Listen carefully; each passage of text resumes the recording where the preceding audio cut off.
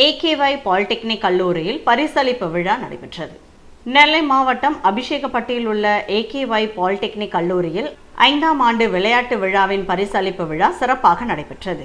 இவ்விழாவிற்கு கல்லூரி தலைவர் அல்ஹாஜ் AKY சையது அப்துல் காதர் தலைமை வகித்தார். சிறப்பு விருந்தினர்களாக திருச்சி மாவட்டம் முன்னாள் காவல் கண்காணிப்பாளர் கலியமூர்த்தி, மேலப்பாளையம் அன்னை ஹாஜிரா பெண்கள் கல்லூரியின் தலைவர் பொறியாளர் Syed Ahmed, Coimbatore blue electronics private limited company பொது மேலாளர் வெங்கடகிருஷ்ணன், மேலப்பாளையம் முஸ்லிம் மேல்நிலைப்பள்ளி தாளாளர் LKS மீரான் முஹைதீன் ஆகியோர் கலந்து கொண்டு சிறப்புரையாற்றினார்கள். கல்லூரி துணைத் தலைவர் அல்ஹாஜ் ஷேக் சையது அப்துல்லா மற்றும் கல்லூரியின் குழு உறுப்பினர்கள் டாக்டர் ஷேக் அகமது யூசுப், மசூத் கனி, யாசின் யூசுப் ஆகியோர் முன்னிலை வகித்தார்கள். கல்லூரி இயக்குநர்கள் பொறியாளர் சையது முகமது மற்றும் பொறியாளர் சையது முகமது, கல்லூரி முதல்வர் பேராசிரியர் குப்புசாமி மற்றும் அனைத்து துறை தலைவர்கள், ஆசிரியைகள், கல்லூரி அலுவலர்கள், மாணவ மாணவிகள் உட்பட பலர் கலந்து கொண்டனர். AMN TV நிகழ்ச்சி தொகுப்பாளர் இசக்கி முத்தையா இந்நிகழ்ச்சிகளை தொகுத்து வழங்கினார். கல்லூரியின் முதல்வர் ஆண்டறிக்கை வாசித்தார். கல்லூரியில் நடத்தப்பட்ட விளையாட்டு போட்டியில் வெற்றி பெற்ற மாணவ மாணவிகளுக்கு பரிசுகள் மற்றும் பதக்கங்கள் பெற்றோர்கள் முன்னிலையில் வழங்கப்பட்டது.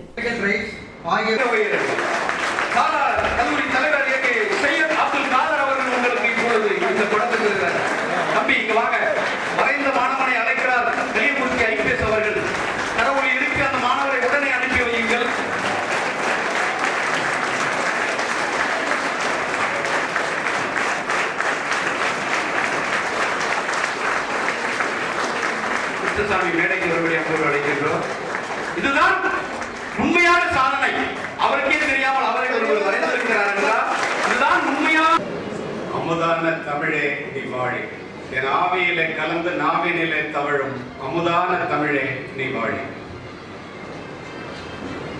ஒரு மனிதன் வித்தியாசமாக சிந்திப்பதன் மூலமாக தன்னுடைய வாழ்க்கை பாதையை மட்டுமின்றி இந்த நெல்லை சீமையினுடைய ஆயிரக்கணக்கான இளைஞர்களினுடைய வாழ்க்கையை மாற்றி காட்ட முடியும் என்று சிந்தித்து அன்னசத்திரம் 1000 வைத்தல், ஆலயம் 10000 நாட்டல், பின்னர் உள்ள தர்மங்கள் யாவும் பெயர் விளங்கி ஒளிர நிறுத்தல், அன்னை யாவினும் புண்ணியம் கோடி, ஆங்கோர் ஏழைக்கு எழுத்தறிவித்தல் என்ற புனிதமான கல்வி பணியினை கையில் எடுத்து வெள்ளத்தனையது மலர் நீட்டம், மாந்தர்தம் உள்ளத்தனையது உயர் என்ற வள்ளுவனின் வாக்கிற்கிணங்க உயர்ந்த உள்ளத்தோடு என்னுடைய நெஞ்சார்ந்த நன்றியை தெரிவித்துக் கொள்கின்றேன். இந்த நிகழ்ச்சியை ஆரம்பிப்பதற்கு முன் ஒரு உண்மை சம்பவத்தை குறிப்பிட விரும்புகின்றேன். காரணத்தோடு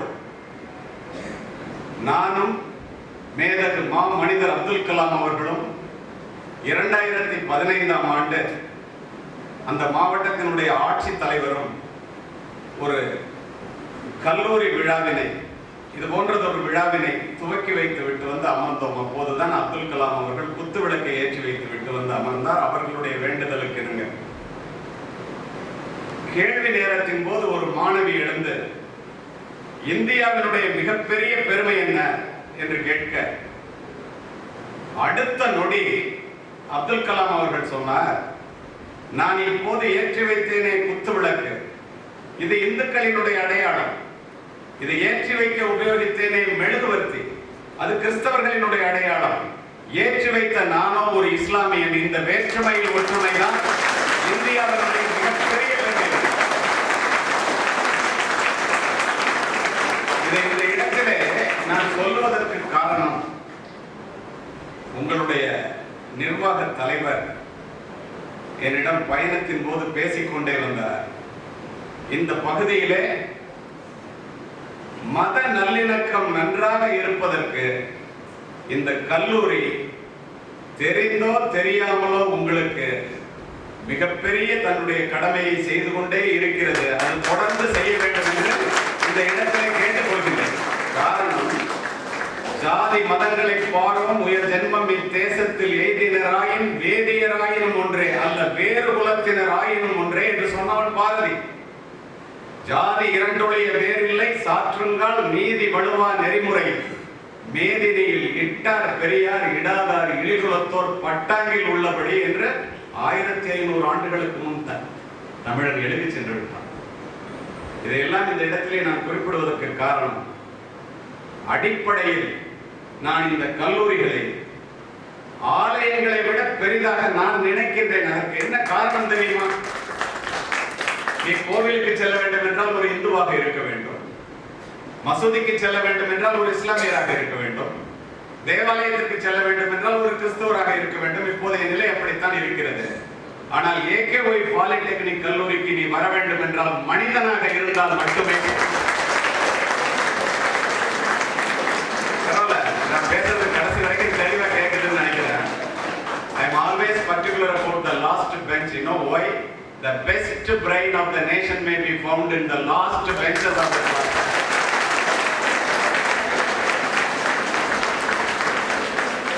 படித்தவர்கள், படிக்காதவர்கள், ஏழைகள், பணக்காரர்கள், உயர்ந்தவர்கள், தாழ்ந்தவர்கள் யாராக இருந்தாலும் ஒருவரை ஒருவர் பார்க்கும்போது கேட்கின்ற முதல் கேள்வி, உள்ள என்ன படிக்கும், பொண்ணு என்ன படிக்கும், எந்த கல்லூரியில் படிக்கும், எப்படி படிக்கும் என்பதுதானே ஒழிய பணத்தையே தேடி அலைந்து கொண்டிருக்கின்ற இந்த காலகட்டத்தில் எவ்வளவு பணம் வச்சிருக்கீங்கன்னா யாரும் கேட்கறது இல்லையே. வெள்ளத்தால் போகாது, வெந்தனலால் வேகாது, வேந்தராலும் கொள்ளத்தான் இயலாது, கொடுத்தாலும் நிறைவின்றி குறையாது. பணம் கொடுக்க கொடுக்க குறைந்தா அன்பும் கல்வியும் மட்டுமே கொடுக்க கொடுக்க வளரும். அதனால பணத்தை விட கல்வி பெற்றாங்க. மாணவ செல்வங்களே, இந்த வயசுல வர்றவங்க எல்லாம் உங்களை படி படி படி அப்படின்னு சொல்லும் போது கஷ்டமா தான் இருக்கும். மூத்தோர் சொல்லும் முதுநெல்லி கனியும், முன்னே கசக்கும் பின்னே இனிக்கும். நெல்லிக்காய் எடுத்து முதல்ல கடிச்சேன்னா அது தோற்பா இருக்கும், அதுக்கப்புறம் தண்ணியை குடிச்சா அது இனிப்பா இருக்கும். அதை எப்படி தமிழ்ல சொல்லியிருக்கேன் தெரியுமா? தொடங்குங்கால் துன்பமாய் இன்பம் பயக்கும், மடம் கொன்று அறிவை விசாலப்படுத்தும் அறிவகற்றும் கல்வி, நெடுங்காமம் முற்பயக்கும் செந்நீர் இன்பத்தின் முற்றிலாய் பிற்பயக்கும் பீழை பெரிதுன்னு. என்ன அர்த்தம்னா, கல்வி முதல்ல படிக்கும் போது கஷ்டமா தான் இருக்கும். ஆழ்ந்து நீ படிச்சுட்டேன்னா வாழ்க்கை முழுவதும் இன்பத்தை கொடுக்கும். ஆனா சிற்றின்ப செயல்களோ ஆரம்பத்தில் கொஞ்சம் இன்பத்தை கொடுக்கும், வாழ்க்கை முழுவதும் துன்பத்தை கொடுக்கும். அதை உணர வேண்டிய தருணம் இது. இந்த ஒற்றை காரணத்தினால்தான் ஆசிரியர்களில் ஆரம்பித்து பெற்றோர்களில் ஆரம்பித்து அத்துணை பேரும் படி படி படி என்று சொல்லுகிறார்கள். இந்த இடத்திலே உட்கார்ந்திருக்கின்ற நீங்கள் இந்த ஏகேஒய் பாலிடெக்னிக்ல நீங்கள் படிப்பதற்கு என்ன காரணம், அடிப்படை காரணம் யோசித்தது உண்டா? உங்களுடைய மதிப்பெண்களா, உங்களுடைய திறமையா, உங்களுடைய அறிவா? அதுவெல்லாம் இரண்டாம் பட்சம். ஒரே ஒரு மூல காரணம், ஒற்றை காரணம் என்ன தெரியுமா? இந்த இந்தியாவிலே நாம் சுதந்திரத்தை பெற்று 72 ஆண்டுகளை கடந்து விட்டோம். நாம் விரும்பிய தேசம் வசப்பட்டதா என்றால் இன்னும் இல்லை.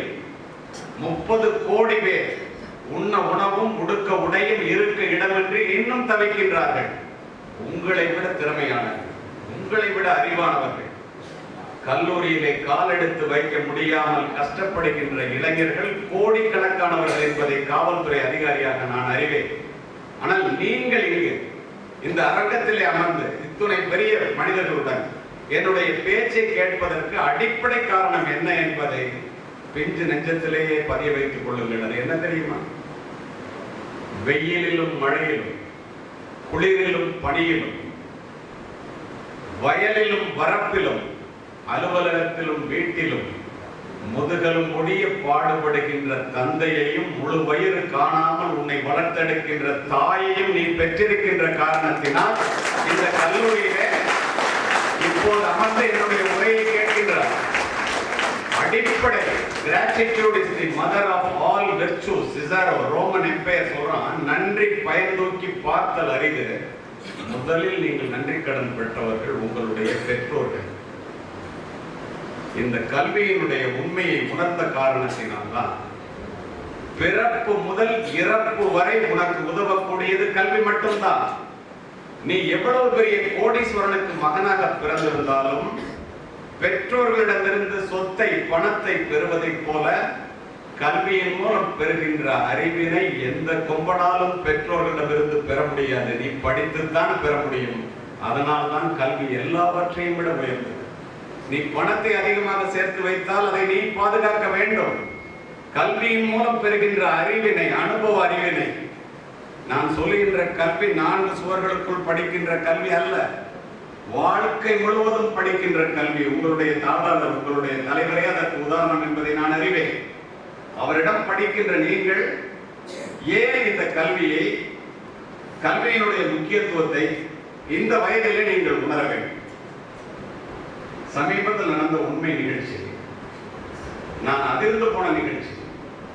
2008ஆம் ஆண்டு நான் திருச்சி மாவட்ட காவல்துறை கண்காணிப்பாளராக பணிபுரியும் போது மேதகு மனிதர் அப்துல் கலாம் அவர்களிடமிருந்து எனக்கு ஒரு தொலைபேசி அழைப்பு. மதியம் 2:30 மணிக்கு. உங்க ஊர்ல துறையூர் ஒரு ஊர் இருக்கான்னு கேட்டேன். ஆமா சார் இருக்கு. 15 நாட்களுக்கு முன்னால் தான் அவரிடம் இந்தியாவினுடைய மிகப்பெரிய விருதான ஜனாதிபதி விருதினை நான் பெற்றிருந்த காரணத்தினால் என்னிடம் நேரடியாக தொலைபேசியிலே தொடர்பு கொண்டார்.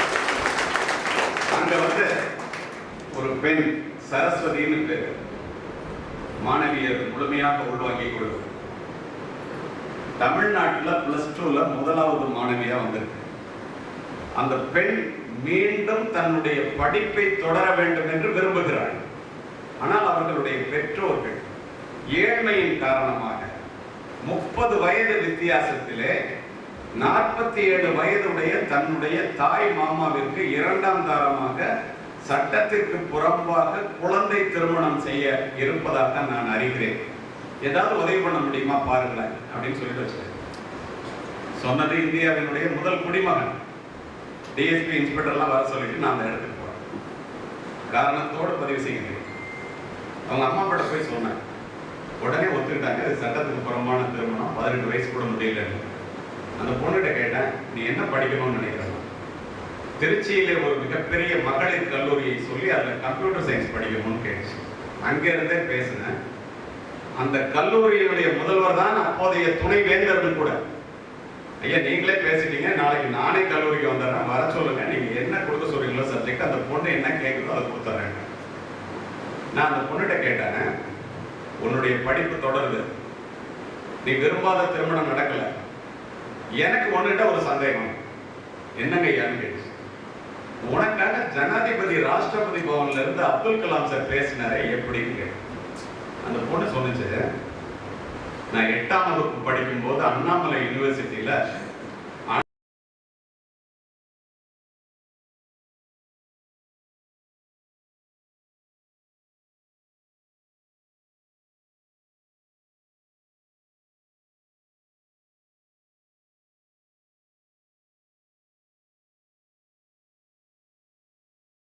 மயிலோசை சேனலில் வந்து லைக் பண்ணுங்கள், கமெண்ட் பண்ணுங்கள் அண்ட் பெல் பட்டனை கிளிக் பண்ணுங்கள். ஓகே, ஸோ ஷேர் பண்ணுங்கள்.